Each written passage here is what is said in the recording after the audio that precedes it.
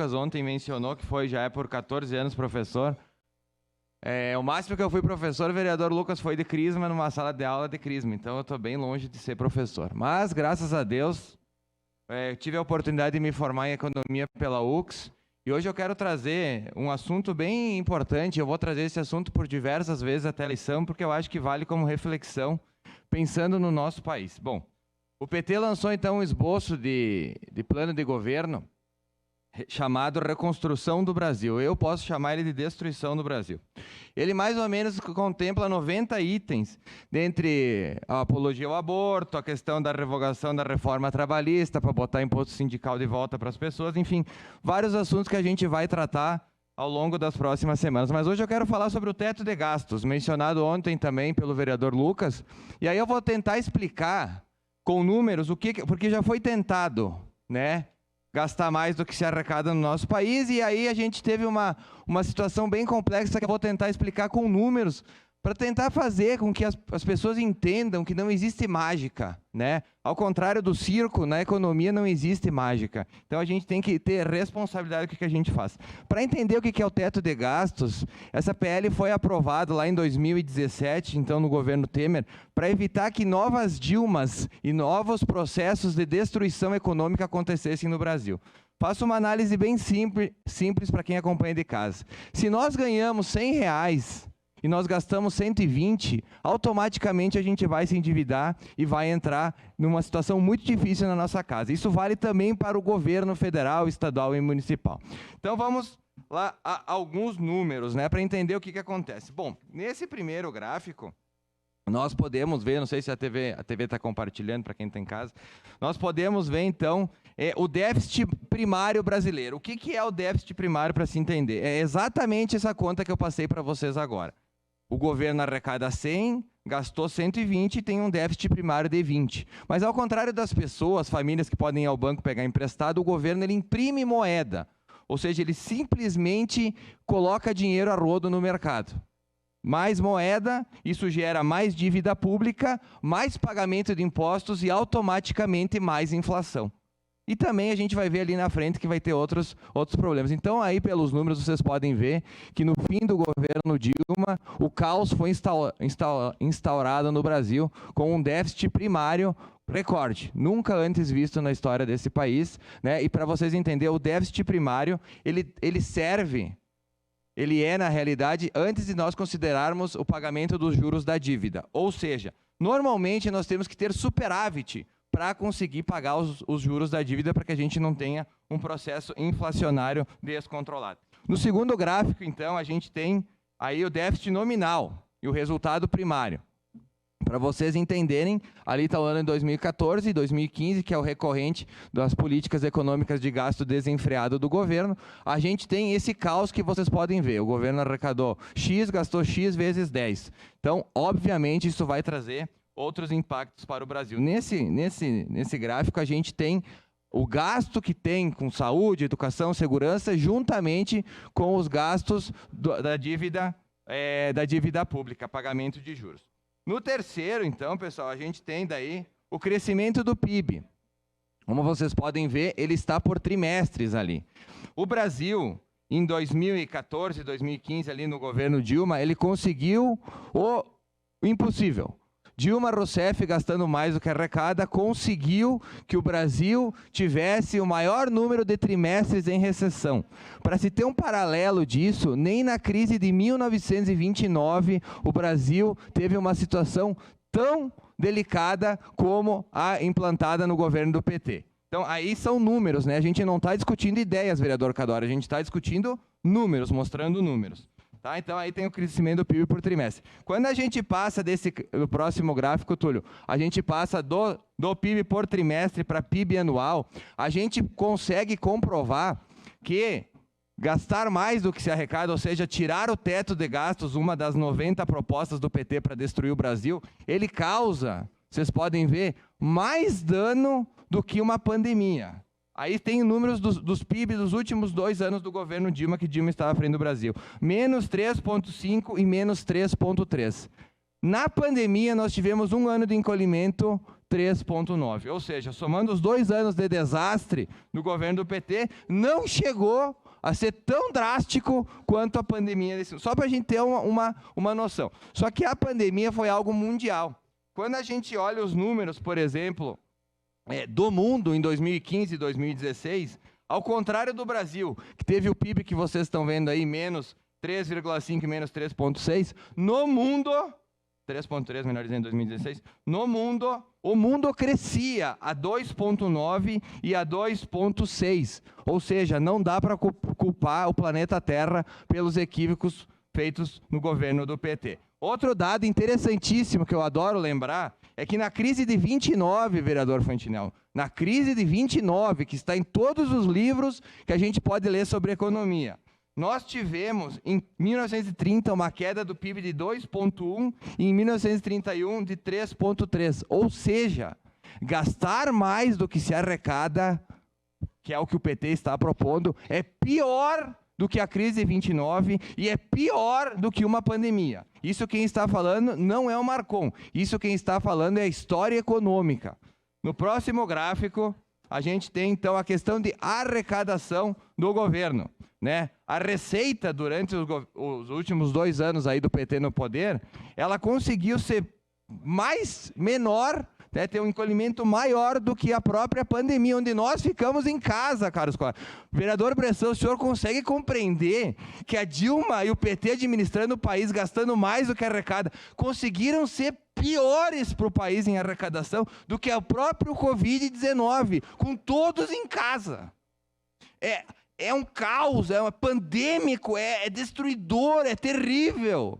Isso, volto a lembrar quem está acompanhando de casa, essa situação está como proposta de governo de Luiz Inácio Lula da Silva no seu plano de governo, denominada Reconstruindo o Brasil, que na realidade é uma destruição total do país. Total. A gente tem os números aí, ó. A chamada diz: receita caiu na pandemia, óbvio, mas final da era Dilma foi pior. Então, durante o governo Dilma, o encolhimento foi de 8,4 contra 6,9 no biênio. Bom, vamos para o próximo. Não, mas vamos culpar o mundo, né? Não foi a Dilma, foi o mundo. Vamos para o gráfico 6. Ali a gente tem, o primeiro círculo, vocês podem ver, a inflação mundial. Não, minto, a inflação nos Estados Unidos, que é o nosso benchmark, né? O nosso balizador. Vocês podem ver que gastar mais é um completo desastre inflacionário. Olhem lá, a curvinha em verde ali, é o Brasil. E o Brasil, olhem aonde chegou a inflação com a impressão de moeda. Lembrem que lá no começo do vídeo eu falei que imprimir moeda gera inflação. E a inflação é o pior imposto para os pobres, porque normalmente quem paga pela inflação são os pobres, como a gente vem vendo aqui na nossa realidade, como é tão mencionado aqui. Olhem ali do lado, a curvinha azul é a inflação então nos Estados Unidos. Vocês estão vendo como o Brasil basicamente acompanhou o mesmo cenário, que é em decorrência da pandemia. Ou seja, mais um gráfico comprova que o desastre econômico promovido por Dilma consegue ser pior do que o próprio desastre promovido pela Covid. No gráfico 7, pode passar, Túlio. A gente tem... Não, mas aí vamos culpar o petróleo. Então, na época do PT, o petróleo estava alto, por isso que tinha inflação. Gráfico 7 está ali. Esse aí não é o 7, Túlio, é. Agora sim, 7, ali. Abre para nós. O gráfico 7 a gente pode ver que no pico inflacionário do Brasil, a linha azul é o petróleo, caros colegas. A linha verde é a nossa inflação. Então a gente pode ver 2 cenários agora muito claros, né? Alguns que sobem a tribuna para culpar o A ou B pela inflação, a gente tem aqui uma coisa que é incontestável. O petróleo estava num nível baixíssimo na época que Dilma Rousseff e o PT governavam o Brasil e nós tivemos um pico enorme inflacionário. No gráfico à direita, ali o maior, peço uma declaração de líder presidente da bancada do Podemos. Segue em declaração de líder da bancada do Podemos. No gráfico do lado, no círculo do lado, a gente pode ver a evolução do petróleo, que é em decorrência da guerra, da questão do mundo, da Covid, enfim, e a gente tem também esse efeito inflacionário vivido hoje no Brasil. Ou seja, hoje tem uma causa muito clara na inflação no Brasil, vereador Cadori, e no mundo, que é o petróleo. Agora eu faço uma reflexão com os colegas. Alguém tem noção de onde nós estaríamos hoje Se Dilma Rousseff e o PT estivessem no poder gastando tudo o que dá, e nós tivéssemos um momento de petróleo nas alturas e de Covid, alguém consegue imaginar o desastre que nós teríamos? Eu acho que não teria nem os ossos para roer, vereador Fantinel. Por quê? Adicionado a um crescimento do mundo de média de 2,5% nos 2 anos, nós encolhemos mais que em 29, gastando mais do que se arrecada. Né? Então, a gente tem que fazer esse pensamento, porque pessoal de casa, caros colegas, isso são, eu volto a frisar, isso são números, isso são dados. A gente sabe que no discurso, tudo é resolvível com discurso, mas como eu volto a frisar, mágica é para circo, não para economia.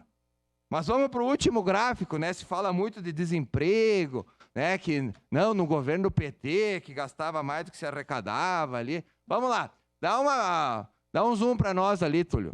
Esse ali, o pico de 13,9, é o fim do governo Dilma, é o reflexo do que foi a gastança. Além da inflação, que por óbvio gera perda de poder aquisitivo, a gente teve, então, 13,9% de desemprego.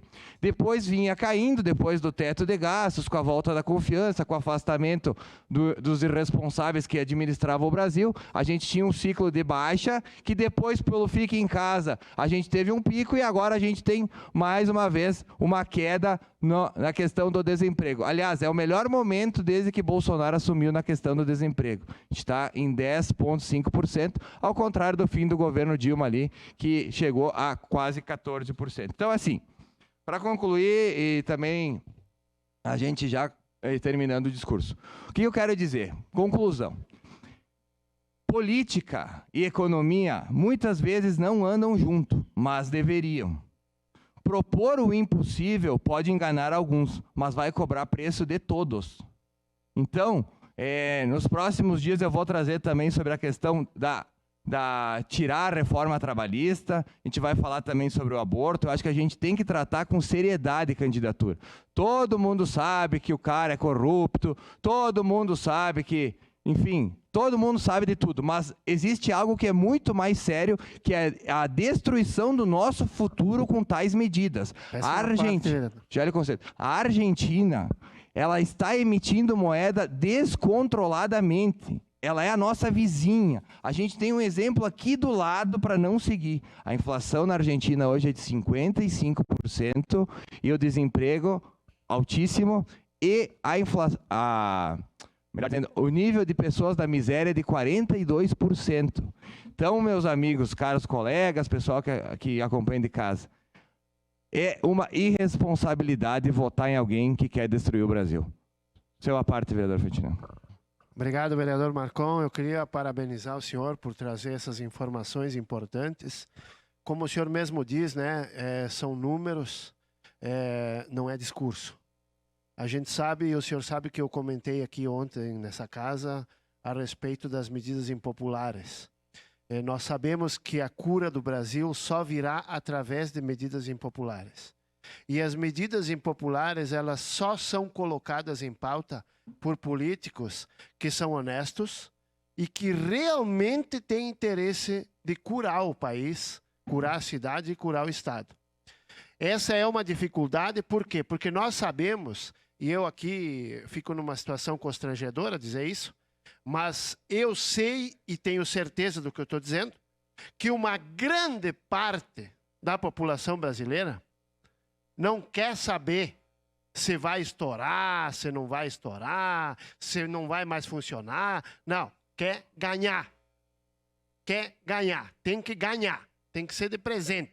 Como dizia, né, um tio da minha esposa, já falecido, que era 100% esquerda, e ele dizia, tem que dar sim, tem que dar, tem que dar. E quando eu perguntava para ele, mas vem da onde? Não, da onde vem não interessa, tem que dar. Né? Então não existe o almoço de graça, você sabe disso. E o mais engraçado é quando vão para a tribuna e fazem discursos, que nem o senhor disse, parecendo que o dinheiro cai do céu. Mas não cai do céu, alguém paga, alguém está pagando. E nós vivemos em um momento hoje, que eu conversava com o colega Daneluz, nós vivemos num momento hoje, e vou falar de Caxias, não vou nem falar de Brasil, Tá? Aonde o cidadão mais prejudicado que tem aqui em Caxias do Sul é o pagador de imposto. Por quê? Porque ele não tem direito a nada. O único direito que ele tem é pagar. Ontem, vereador, só para concluir, ontem me ligou um empresário, que quando eu tinha a construtora, construiu o pavilhão industrial dele, me ligou o empresário e me mandou as fotos do asfalto na frente da empresa dele, que os caminhões não conseguem mais entrar para carregar mercadoria e trazer mercadoria para a empresa, do tamanho das crateras no asfalto na frente da empresa dele. Ele me disse, pedi 50 vezes, eles vêm aqui e botam 3, 4 pasadas de asfalto no buraco, primeira chuva, já está tudo aberto de novo. Agora, diz ele, eu pagar por ano R$1 milhão de imposto, eles vêm buscar o dinheiro. Aí pode. Então nós pagamos imposto e não temos nada. O teto de gastos é o quê? Corrigir, tu gasta 100, tu recebe 100, tu tem que gastar no máximo 98. Isso qualquer pessoa que sabe fazer conta sabe disso. Parabéns pelo excelente trabalho e eu espero que nessa eleição surjam políticos que tenham coragem, né, de botar em pauta as medidas impopulares que nós precisamos para corrigir o sistema. Obrigado. Obrigado, vereador Fantinel. Eu só pegando um gancho que o senhor falou, a gente vê, por exemplo, a mídia, né? A mídia, ela é um exemplo crasso do brasileiro, eu acho, por causa da questão do ganhar. Né? A mídia, qual que é o problema da mídia hoje? A mídia é que, por exemplo, tu não vê mais propaganda do Banco do Brasil, tu não vê mais propaganda do Correios, tu não vê mais propaganda de empresa pública nenhuma no meio da mídia, que na realidade era uma forma de transferir dinheiro para calar a imprensa. Né? Hoje a imprensa está braba e está louca para que o PT volte, porque eles estão um pouco se lixando se o país vai quebrar, se as contas vão estourar. Isso não importa para eles. Eles querem receber o dinheiro deles para botar a propaganda do governo. Então, infelizmente, no Brasil, muitas pessoas elas não pensam no dia de amanhã, elas pensam no dia de hoje que os outros se ralem. Então, essa mudança de pensamento nós teria que ter no nosso país. Isso, eu volto a frisar, são números, isso são estudos econômicos, não são... claro que é muito mais fácil eu subir essa tribuna, vereador Fantinel, e pregar que tem que imprimir dinheiro, que tem que tirar o teto de gastos, que tem que distribuir dinheiro para todo mundo, como que se isso não gerasse inflação, não gerasse pobreza, não gerasse nada. Para as pessoas entenderem, o governo é como a nossa família. Se nós gastamos mais do que nós arrecadamos, nós vamos quebrar. E se nós quebrar, nós vamos ficar pobres. Se nós não tivermos responsabilidade com o nosso dinheiro. Então, o governo fazer uma proposta, colocar num esboço de plano de governo, uma proposta para destruir o Brasil, no meu ponto de vista, é uma irresponsabilidade que com números, fatos e dados não pode ser, não tem contraponto. Entendeu? Nós precisamos, como parlamentares, cobrar, pelo menos que se tire isso desse programa de governo, que se por um desastre acontecer essa eleição, nós não tenhamos que pagar por gerações pelo que vai acontecer. Porque dívida pública depois não é paga do dia para a noite, a economia não se conserta do dia para a noite. Então, eu acho que homens públicos têm que ter responsabilidade com o futuro do país e não pensar só em vender milagres que a gente sabe que não pode ser feito. Obrigado, presidente. Vereador D'Ambrosio.